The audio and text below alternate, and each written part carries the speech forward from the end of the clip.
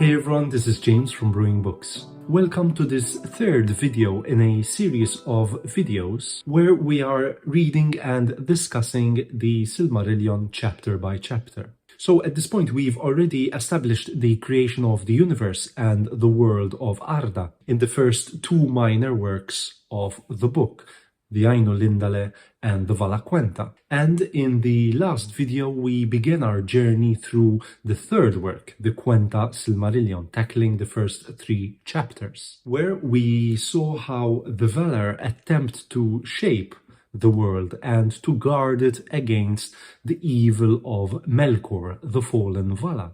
And our read concluded with the creation of the two trees that reside in the land of Aman that give light and radiance to all that land. We also saw the awakening of the Elves in the lands of Beleriand and their great journey towards the western shores in order to gain safe passage to Aman. And finally, we also saw the capture and incarceration of Melkor by the Valar. And today we are focusing on chapters 4, 5 and 6 from the Quenta Silmarillion. As always, keep those comments and discussions flowing and do share your thoughts and opinions as we go through chapter by chapter. So let's start with chapter 4 of the Quenta Silmarillion, and that is entitled of Thingol and Melian, and this is the opening passage. Melian was a Maya of the race of the Valar.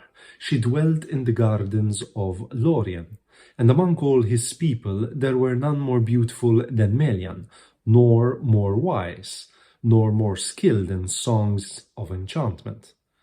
It is told that the Valar would leave their works and the birds of Valinor their mirth, that the bells of Valmar were silent and the fountains ceased to flow, when at the mingling of the lights Melian sang in Loria. So this is the shortest of all the chapters in the Silmarillion, just 2 pages really, but introducing us to two of the most crucial characters in the entire narrative. So crucial in fact that their storyline will have significant repercussions in The Lord of the Rings, as we shall see later on in the book. So we basically read about Melian, who is a Maya, and as we've seen, the Maiar were spirits who descended together with the Valar into the world of Arda to basically help the Valar themselves to fashion and shape and guard the world. And Melian now resides in the land of Aman, specifically in the gardens of Lorien. We've discussed previously how the name Lorien is synonymous with the Vala Este, who is master of visions and dreams. And this Lorien is also a garden where both Maiar and Valar go to rest. Now, as the narrative shifts towards the awakening of the Elves and the start of their journey west, Melian departs Aman and travels to Beleriand until she settles down in the forest of Eregion, which, if we consult our maps, we can see that it is right here in the middle of the land of Beleriand. Meanwhile, an elf by the name of Elwe, who is undertaking this journey, happens to wander in this forest and comes across Melian. Now, this particular elf is the leader of the Teleri together with his brother Olwe. Now, as we've seen, the Teleri is one of the 3 main factions of the Elves together with the Noldor and the Vanyar. Now, Elwe is enchanted by the beauty of Melian as he wanders into the forest, and he is transfixed and almost turned as if into stone, so much so that he remains hidden in the forest and lost by his own people, who spend years trying to find him. As it happens, Melian and Elwe meet and they fall in love with each other. And this union of Maya and Elf is a powerful bond, and together they establish the kingdom of Doriath in the heart of Beleriand. What happens eventually is that many wandering elves from this great journey hear rumors about Elwes and Melian's kingdom, and so they flock to that realm and become known as the Sindar, the Grey Elves. And it is at this point that Elwe is referred to now as Elu Thingol, and builds the underground city of Menegroth in the kingdom of Doriath. And that's chapter 4 in a nutshell. Straightforward and not particularly dense, but its own narrative sets in motion the start of a number of events that will eventually snowball into the climax of the Quenta Silmarillion. Now on to the next chapter, and that's chapter 5 of Eldamar and the Princes of the Eldalia. In time, the hosts of the Vanyar and the Noldor came to the last western shores of the Hitherlands. In the north, these shores, in the ancient days after the Battle of the Powers, bent ever westward until in the northernmost parts of Arda, only a narrow sea divided Aman, upon which Valinor was built, from the Hitherlands. But this narrow sea was filled with grinding ice, because of the violence of the frosts of Melkor. Therefore, Orome did not lead the hosts of the Eldalia into the far north, but brought them to the fair lands about the river Sirion, that afterwards were named Beleriand. And from those shores, whence first the Eldar looked in fear and wonder on the sea, there stretched an ocean, wide and dark and deep, between them and the mountains of Aman. First of all, the name Hitherlands mentioned at the start of this chapter is a reference to both Beleriand and Middle-earth. At this point in the narrative, we are talking about the western shores of Beleriand, so over here, as we can see in the map. We've previously discussed that Middle-earth as we know it in The Hobbit and The Lord of the Rings is somewhere around here, as compared to where Beleriand is positioned. Besides, we get a better physical and geographical description of Arda and how the western shores of Beleriand and the eastern shores of Aman are connected by a narrow passage at the very top of the world. And they link by a narrow stretch of frozen water known as the grinding ice.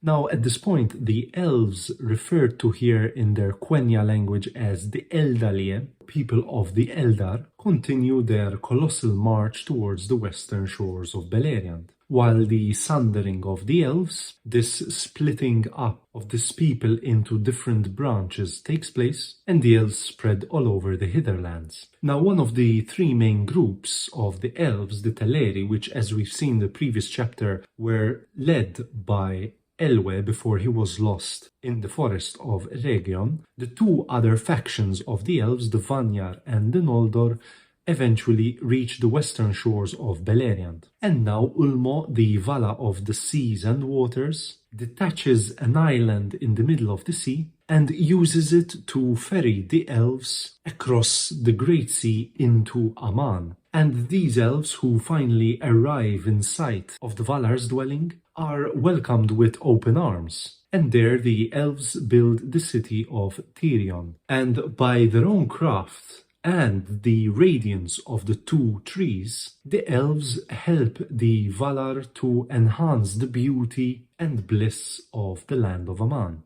Eventually, the third group of Elves, the Teleri, some of whom have already abandoned their journey to be with their leader Elwe or Elu Thingol in the kingdom of Doriath, arrive on the coast of Beleriand.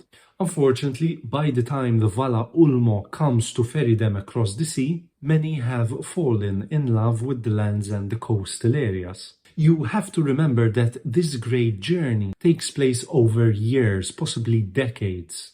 Tolkien doesn't give a specific timeline, but the text hints at long years passing between one action and the other. So the Teleri fall in love with the shores and the sea. So as they are taken over to Aman, the Vala Ulmo decides to secure the foundations of this island that he is carrying these elves on, and secures it far enough out at sea, but still within sight of the coasts of Aman, thereby pleasing the Teleri's love for the sea and the light of Valinor from the two trees. So basically they get the best of both worlds.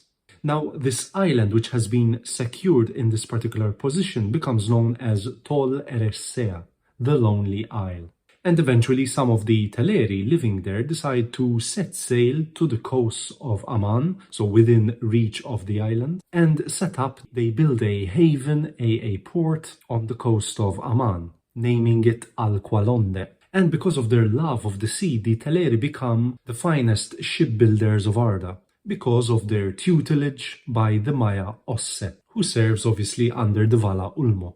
And in this chapter we also learn the names of the rulers of the three factions of the Elves. So we have Finwë, king of the Noldor, whose 7 sons will become a major influence on the narrative. We have Olwe, who is lord of the Teleri. Now Olwe is Elwë's brother, or Thingol, who remained in Beleriand with Melian. So Olwe, his brother, who is now lord of the Teleri in Aman, establishes his dwelling in the haven of Alqualonde. And finally we have Ingwe, the high king of all the Elves, and he is the ruler of the third group of the Elves, the Vanyar, and who lived with his people in Aman. And it is at this point that he does not have any more involvement in the rest of the narrative, which is why we do not find any more references to him. And before we close, I have to share this favorite quote of mine from this particular chapter. Thus it came to be that the Teleri, who were from the beginning lovers of water and the fairest singers of all the elves, were after enamored of the seas, and their songs were filled with the sound of waves upon the shore. So things are starting to pick up pace. At this moment there's no involvement of any kind relating to Melkor. He's locked up in prison and has no particular influence on the great journey and how the different factions of the elves are set up. We are starting to learn more about individual characters and how they differ from each other. And it's important to get to know this information, this geopolitical situation, as we head deeper into the evolving narrative of the Quenta Silmarillion. But things are about to change in chapter 6, with the introduction of a particular character and the return of another. So let's find chapter 6 in our copy of the Silmarillion of Fëanor and the Unchaining of Melkor. And this is how it begins. Now the 3 kindreds of the elves were gathered at last in Valinor, and Melkor was chained. This was the noontide of the blessed realm, the fullness of its glory and its bliss, long in tale of years, but in memory too brief. In those days the Eldar became full-grown in stature of body and of mind, and the Noldor advanced ever in skill and knowledge. And the long years were filled with joyful labours, in which many new things fair and wonderful were devised. So during the days of bliss in Aman, Finwë's wife, Finwë being the king of the Noldor, Finwë's wife Miriel gives birth to a son, and Professor Tolkien tells us how this child's keen spirit burnt with a fierce fire, and he is named Fëanor, and becomes the most skilled craftsman of the elves, and in fact the most skilled the world would ever see. And he devised many fair and beautiful things. But he had a bad temper, and his rash actions and strong personality would cause many troubles in events to come. So soon after giving birth to her son, Miriel unfortunately dies, and eventually Finwë remarries. And from this second marriage is born Fingolfin, who, side note here, is my favorite elf. Possibly my favorite character in the entire Silmarillion. But anyways, I digress. So understandably, Fëanor being Fëanor, with his temper and strong personality, never warms up to his half-brother Fingolfin. And despite not hating him, there's no brotherly love there. Now, during this period of peace and prosperity, Melkor's time in captivity ends. The fallen Vala is brought forward before the others for judgment. Melkor pleads for mercy, and although he claims to have redeemed himself, he secretly lusts for the beautiful gems that now fill the land of Aman. Now these gems were crafted by the Noldor elves, and for this reason, Melkor's hatred for the children of Iluvatar grows ever more strong. And with that, we come to the closure of another stage in the narrative. And here's my favorite quote, which I think encapsulates the contrasting nature between Manwë and Melkor. Two powerful entities brought into being by this godlike figure, but ultimately evolving into two completely different characters. And it seemed to Manwë that the evil of Melkor was cured, for Manwë was free from evil and could not comprehend it. And he knew that in the beginning, in the thought of Ilúvatar, Melkor had been even as he, and he saw not to the depths of Melkor's heart, and did not perceive that all love had departed from him forever. And that's done. Make sure to come back to this channel later on this week for a new video discussing the next 3 chapters in the Silmarillion. So that's it for today. I hope you enjoyed this video. As always, like, comment and subscribe, and I'll see you next time. Cheers!